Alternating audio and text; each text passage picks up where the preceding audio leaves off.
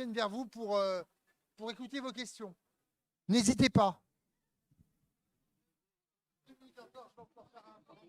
Ça marche. On a le temps 2 minutes. On a le temps, on va pas le déborder.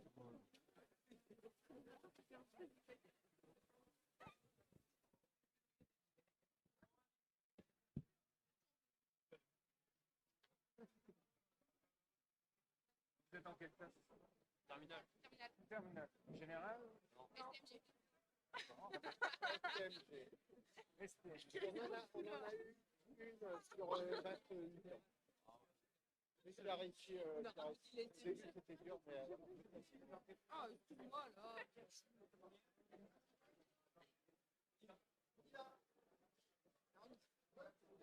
Merci. Bien, bonjour à tous. Nous nous présentons, donc Jérôme Gaillard, proviseur adjoint. Et Guylain Delay, coordinateur du BTS métier de l'eau à Guingamp. Donc on va vous parler, vous l'avez compris, des métiers de l'eau qui se déclinent. Vous avez vu, il y a deux logos au-dessus, BTS métier de l'eau et BTS A, gestion et maîtrise de l'eau. Alors c'est très voisin, vous allez comprendre ça dans la petite demi-heure qui vient. On décline la présentation en quelques éléments. D'abord, vous expliquer où est-ce qu'il y a du travail dans les métiers de l'eau, quels sont les employeurs, quels sont les emplois, comment se déroule la formation d'un technicien supérieur, et on va vous parler un petit peu du contenu de la formation, et puis on fera un petit bilan à la fin. Alors, quels sont les secteurs d'activité qui sont concernés par les métiers de l'eau? Regardez, il y a un beau schéma.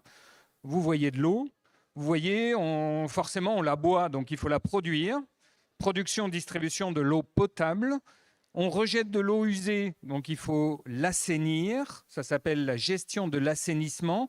Il y a 2 types d'assainissement, du collectif ou du non collectif. Donc ça, on reviendra dessus peut-être. La dépollution des eaux usées, que ça concerne aussi les industries. Il y a tout un tas de contrôles réglementaires autour de l'eau. Et puis, forcément, on utilise des installations. Donc, vous avez vu en rouge, c'est de la conception, construction et démarrage des installations de traitement. Ça, c'est plutôt dans la partie BTS métier de l'eau. Et puis, dans la partie Gémeaux, on va avoir une petite couleur sur tout ce qui est étude des bassins versants, gestion des cours d'eau et technicien rivière. Donc, voilà. Alors, il y a des employeurs là-dessus. Des bureaux d'études qui travaillent dans les bassins versants, dans l'étude des besoins en eau, dans l'ingénierie, dans la conception d'installations. Des services d'eau. L'eau que vous buvez, elle vient bien de quelque part. Et bien voilà, les services d'eau travaillent avec l'assainissement, travaillent en assainissement et en environnement. C'est aussi bien des collectivités que des entreprises privées. Je suis sûr que vous connaissez. Si je cite des entreprises privées, vous en connaissez? En eau? Non? Oh. Non? Veolia? Oh. Ah, vous connaissez peut-être. Bon, dans tous les cas, qu'est-ce qu'on y fait? On y fait de la suivi et de la gestion technique de la ressource. On y fait de la conduite et gestion des unités de traitement. Conduite et gestion, ça veut dire, qu'on vérifie, on actionne et on réagit avec une station. D'accord? Gestion des réseaux d'eau, installation, maintenance d'équipements, gestion des effluents d'élevage. Oula, vous savez ce que c'est? Les effluents d'élevage? Bon, je ne sais pas si je vous dis. Le lisier de vache ou de cochon, c'est des effluents d'élevage. Et puis l'irrigation sur les cultures qui en ont besoin, par exemple. Et puis la gestion de l'eau et des effluents des industries aussi. Allez, on peut être technicien dans tous les cas. Un BTS, ça veut dire brevet de technicien supérieur. Donc, on est technicien et on fait plein de métiers. Alors bon, on va peut-être pas tous les dérouler. Voilà, exploitation des installations de traitement et de transport de l'eau, qui est plus spécifique du métier de l'eau. Donc, les installations, c'est tout ce qui va vous permettre d'amener l'eau au robinet dans votre maison. D'accord? Et puis, tout ce qui gère l'eau une fois que l'eau a quitté la maison. Et puis un autre au hasard, par exemple, un technicien irrigation. Donc là, on s'occupe de, vous avez peut-être déjà vu dans les champs, l'irrigation des cultures. Et ben ça, c'est un technicien qui va intervenir aussi avec une formation sur de ce type-là, sur les métiers de l'eau ou sur la gestion et maîtrise de l'eau. Des exemples de parcours, ça c'est vous plus tard. Allez, Ronan, il est technicien d'assistance et de suivi biologique et technique d'unités de méthanisation. Oula, c'est quoi la méthanisation? Vous en avez sûrement vu dans la campagne autour de chez vous. C'est des unités qui transforment le caca de vache en gaz qu'on utilise pour faire la cuisine. Eh oui, voilà. Bon, il travaille là-dedans, Ronan, et il met en service des unités et il fait le suivi biologique. C'est assez pointu. Marion, elle travaille sur un pôle de gestion de l'eau au niveau de la Vilaine. Donc, elle est plus en lien avec la ressource en eau dans la rivière pour aller pomper de l'eau et nous permettre de la transformer et la boire après. D'accord ? Donc, ces deux-là, Marion et Ronan, ils ont fait un BTS Gémeaux et ils ont continué avec un diplôme soit en université, soit en école d'ingénieur. Alors après, on passe sur Magali. Magali qui est sortie directement après le BTS métier de l'eau et donc sans poursuite d'études. Et maintenant, elle est responsable du service SPANC au bout de 7-8 années d'activité salariale. Donc, c'est un débouché, c'est mixte en fait comme formation. Il y a assez peu de filles en fait qui sont tentées par les métiers de l'eau parce que c'est un métier qui paraît plutôt masculin. En fait, c'est faux. Il y a évidemment tout l'équipement qui permet de faciliter les tâches dès qu'elles sont un petit peu complexes. Et physiquement, même un homme ne portera pas une pompe de 300 kg. Donc, de toute façon, il y a forcément les équipements pour. Après, on a en BTS métier de l'eau à Guingamp également un parcours privilégié, on va dire, avec le Québec. C'est-à-dire que quand vous faites le BTS métier de l'eau, le diplôme est reconnu. Je ne sais pas si c'est le cas en BTS Gémeaux. Oui. Donc le BTS, les BTS de métier de l'eau, BTS Gémeaux également, sont reconnus au Québec. Donc après le BTS, vous pouvez partir directement travailler à l'international. Donc le Québec, si vous ne parlez pas parfaitement anglais, ce n'est pas très grave parce que c'est une province où ils parlent français, avec des mots un peu différents de ce qu'on utilise, mais c'est un parcours international qui est largement facilité. Je ne sais pas si vous avez pour vocation de rester à Saint-Brieuc toute votre vie. Oui? Non? Si? Alors, vous pourrez travailler dans les métiers de l'eau en restant localement situé à Saint-Brieuc, si vous le souhaitez, parce qu'il y a forcément des stations dans chaque ville française. Ce sont des métiers non délocalisables, mais si vous voulez de l'international, vous pouvez. Alors, pour rentrer un petit peu dans le détail de la formation, donc en BTS métier de l'eau, c'est découpé en 4 fonctions. C'est un peu similaire en gestion et maîtrise de l'eau. 4 fonctions, F1, F2, F3, F4. Donc la F1, c'est pour tout ce qui est exploitation et traitement, c'est-à-dire toutes les étapes de traitement de l'eau potable et de l'eau usée. Quand vous ouvrez votre robinet le matin ou en pleine nuit ou au premier de l'an, eh bien, vous voulez de l'eau potable. Donc tout ça, c'est des étapes de traitement.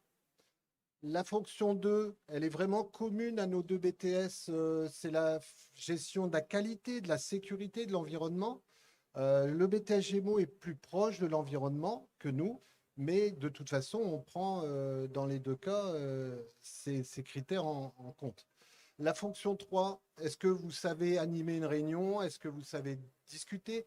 Est-ce que vous êtes plutôt des meneurs ou plutôt des suiveurs? Ben, vous le verrez bien. Et la relation professionnelle et l'encadrement d'équipe, ça s'apprend également parce que vous aurez forcément des relations avec des consommateurs, avec des élus, avec des agriculteurs, avec des gens qui ne sont jamais contents et qui en demandent plus. Fonction 4, conception des unités de traitement et des réseaux. Donc là, on se différencie un petit peu entre nos deux BTS. On le verra quand on y sera. Du coup, un BTS, quel qu'il soit, et c'est valable pour le métier de l'eau ou le Gémeaux, c'est à peu près allez, 2 tiers d'enseignement appliqué, professionnel, 1 tiers d'enseignement général. Donc c'est important quand même que vous ayez à l'idée que tout l'enseignement général que vous voyez là actuellement en première, terminale, il va vous servir quand vous allez faire un BTS. Vous continuez pour 1 tiers avec de l'anglais, des maths, de l'histoire géo, du français, ben voilà, j'ai à peu près tout cité. Et puis après, vous avez l'autre partie en enseignement professionnel que je vais décomposer, que Guilherme va décomposer. Alors là, ça fait moins rêver, évidemment, c'est les matières qu'on enseigne. Donc il y a le bloc, on va dire en haut à droite, qui est plutôt les matières générales. Donc vous allez retrouver le français, ce qu'on appelle culture générale, une langue, les maths, la physique, chimie. C'est un peu différent de ce que vous faites au lycée, mais on va dire qu'il n'y a pas une énorme différence. Par contre, les 3 quarts du camembert, là, sont très différents. En particulier la partie basse, vous avez toute une phase d'exploitation des unités de traitement, des parties théoriques évidemment, mais beaucoup de pratiques, énormément de pratiques. C'est ça l'avantage du BTS.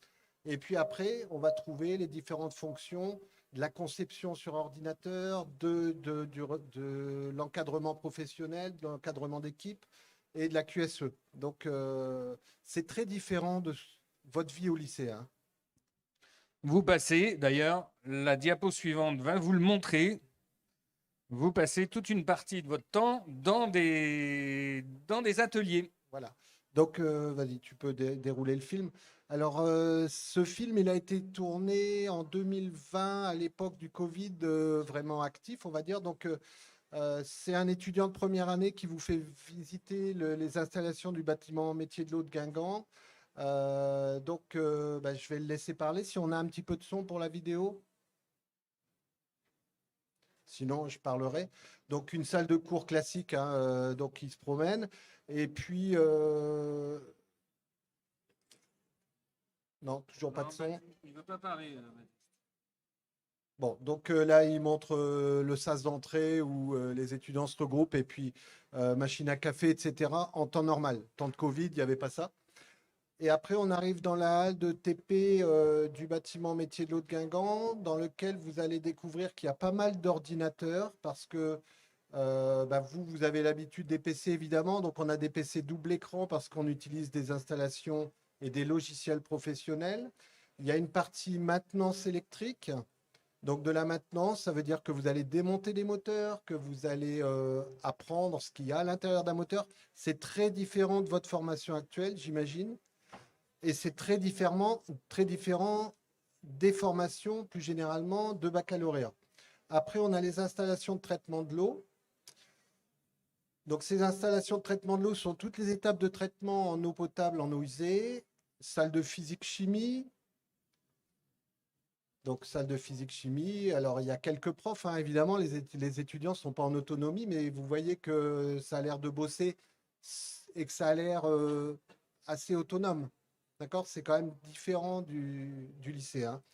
Salle de microbiologie, donc peut-être quelque chose que vous ne faites pas non plus, mais sachez que si vous ne pouvez pas aller vous baigner à certains moments, c'est peut-être qu'un chien a fait ses crottes sur une plage et puis que les normes ont été dépassées.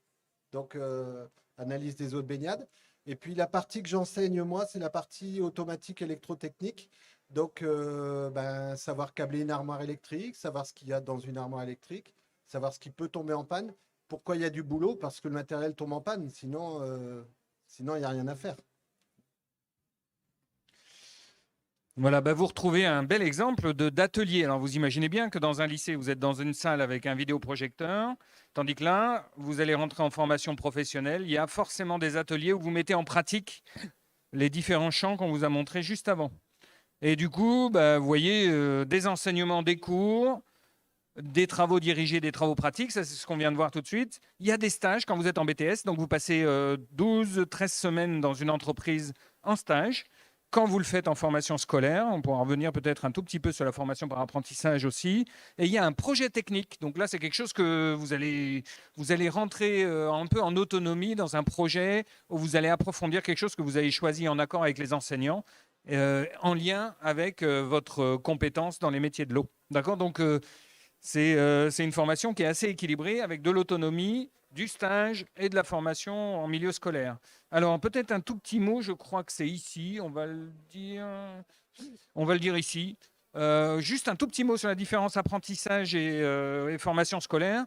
Eh bien, tout ce qu'on a vu et tout ce que vous voyez après, c'est valable en apprentissage ou en milieu scolaire. La seule nuance, c'est quand vous êtes en apprentissage, eh bien, vous avez un patron et à peu près, allez, 2 semaines sur 4 ou 1 semaine sur 2, vous êtes en entreprise et l'autre moitié de la formation, vous êtes en centre. Quand vous êtes en formation scolaire, vous avez vu, c'est au total 12-13 semaines. Donc, ce n'est pas 1 semaine sur 2. Hein. C'est juste que 12 semaines sur 58, en gros, que compte une formation en 2 ans. Donc, ça ne fait pas 1 semaine sur 2. Voilà. En apprentissage, il faut trouver un patron et on gagne des sous, mais il faut trouver un patron et répondre à l'attente du patron. C'est quelque chose qui n'est pas évident. Et vous passez le même diplôme. Donc, les formations existent dans les 2 voies. Allez, les unités de formation. Oui. Alors, on va passer rapidement sur les fonctions. Hein. Donc, F1, on est dans le traitement. La prochaine. F2, donc on est dans la qualité, sécurité, environnement, donc des EPI, équipement de protection individuelle. Je ne sais pas, en fonction de votre formation, vous connaissez les EPI ou pas? Un petit peu? Ouais. Donc ensuite, on a F3, F4, et c'est surtout la fonction F4. Donc la prochaine vidéo. Donc, qu'est-ce que c'est le F4? En fait, on s'appuie sur des projets professionnels. Chaque commune ou chaque communauté de communes, quand elle souhaite faire des travaux, fait un appel d'offres. Donc, on récupère ça en Bretagne sur Mégalis Bretagne. Et puis, nos étudiants, on leur apprend à faire des évaluations techniques. Ça, c'est les TP. Des évaluations économiques, parce que forcément, quand vous achetez quelque chose, il y a un prix. Et le but, c'est quand même que ce soit rentable pour celui qui vend. Et puis après, il y a l'évaluation organisationnelle, c'est-à-dire que vous avez votre année qui est cadencée, 7 semaines d'école, 2 semaines de vacances, etc. Donc, toute cette organisation, toute cette planification, ça s'apprend à F4. Et là, on a la différence. Alors, vous pouvez avoir l'impression que ce n'est pas très différent les 2 BTS. Le BTS métier de l'eau, on va apprendre les SIG, mais dans une très faible mesure, tandis qu'en BTS Gémeaux, ils sont beaucoup plus proches.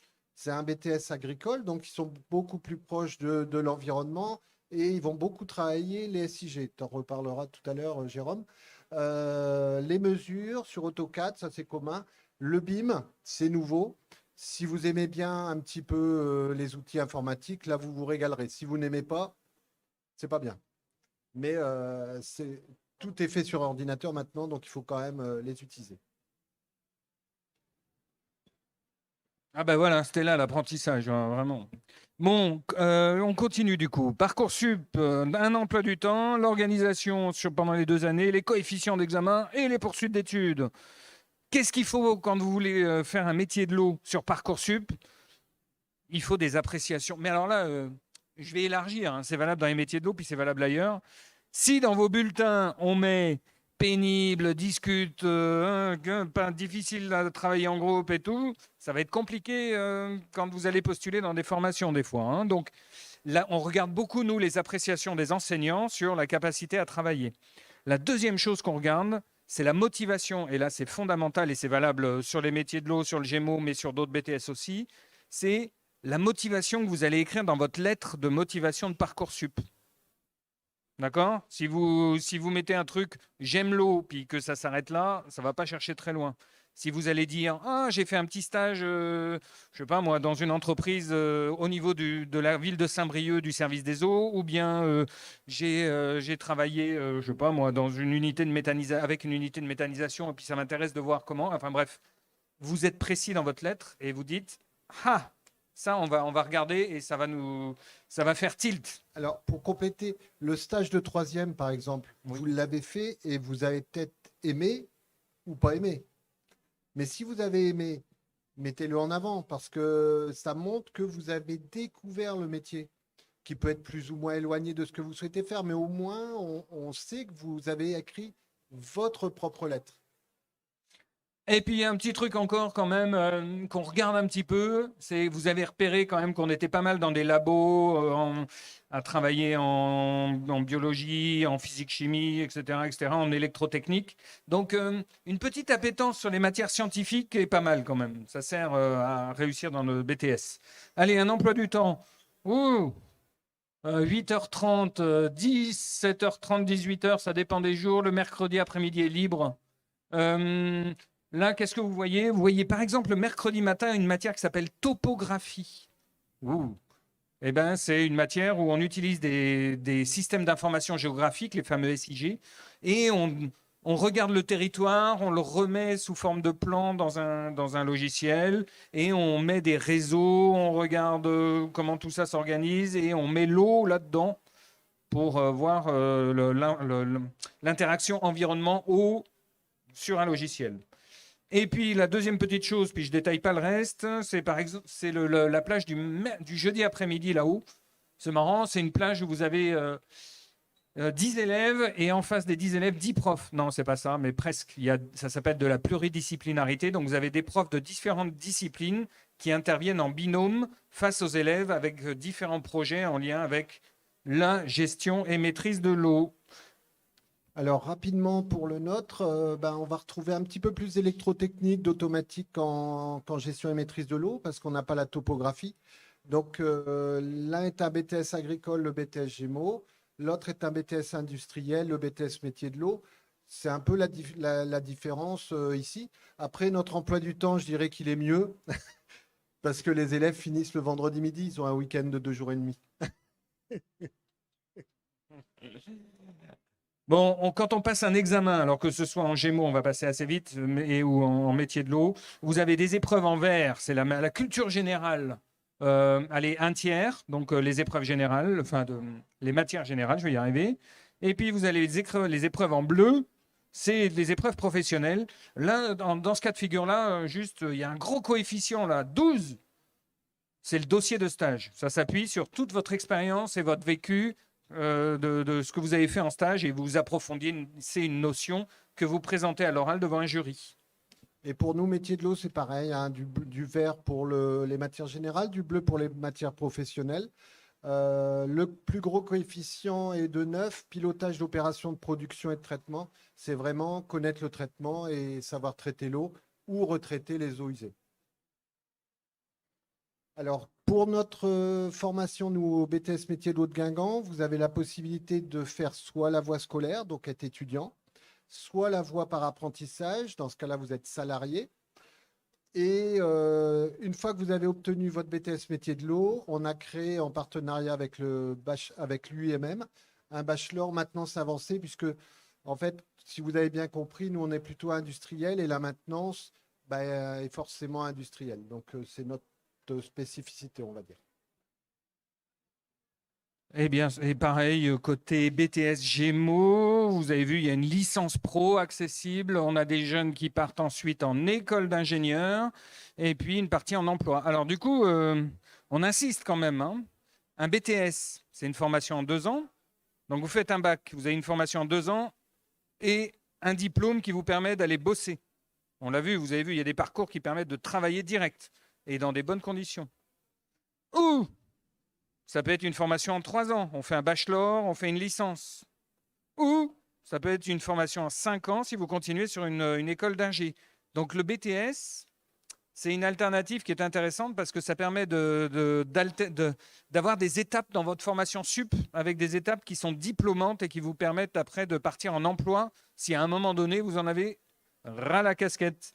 Et puis, de la même façon, on l'a dit, c'est des formations que vous pouvez faire soit en apprentissage, soit en formation scolaire. Dans les 2 cas, vous arrivez à la réussite. OK? Alors, je voudrais sur l'emploi quand même revenir. Vous imaginez mettre combien de temps pour trouver votre premier emploi après avoir fait vos études? En BTS métier de l'eau, et j'imagine en BTS Gémeaux, en fait, si vous avez un tout petit peu de mobilité, une 50aine de kilomètres, une centaine de kilomètres, vous êtes embauché dans la semaine. En fait, il manque énormément de salariés, il faut le savoir. Et c'est dommage parce que c'est pas suffisamment mis en avant. Cette semaine, j'ai eu 5 offres d'emploi à pourvoir. Il y a un mois, j'en ai eu 18 à pourvoir sur Saint-Brieuc. Donc, on a 14 étudiants en deuxième année. Ça fait en 2 offres, là, ça fait 23 emplois à pourvoir. Donc, à un moment, choisissez aussi votre voie en fonction de l'emploi et des débouchés. On parle beaucoup d'environnement. Les métiers de l'eau et le Gémeaux sont vraiment des BTS qui sont en lien avec l'environnement. Moi, j'ai envie que parmi vous, il y ait des vocations parce que je veux continuer à boire de l'eau de bonne qualité. Et pour ça, il faut des vocations dans le Gémeaux et le métier de l'eau, hein. Donc, allez-y, foncez. Il y a vraiment de l'emploi. Si vous êtes un peu intéressé, regardez.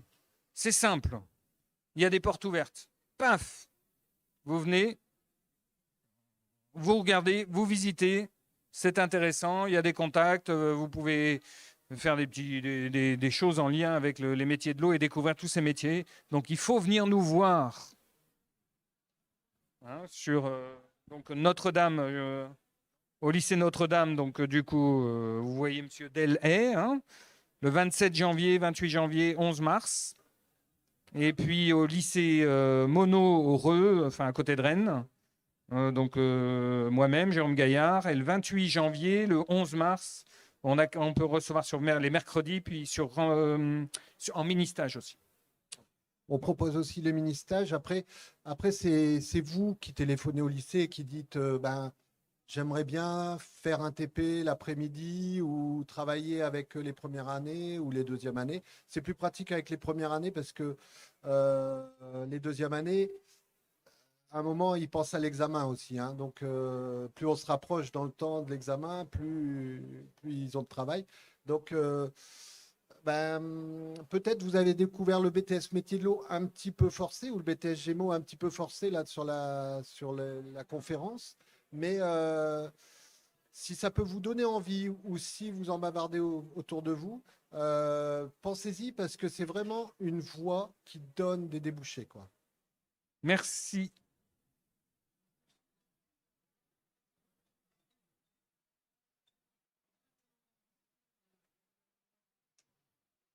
Poursuite d'études, on l'a vu, hein, un bachelor en maintenance, par exemple, ou une licence pro ou des écoles d'ingé en poursuite d'études. Vous avez des questions, les jeunes? Est-ce que vous seriez motivé là en sortant ou vous trouvez ça vraiment pas terrible?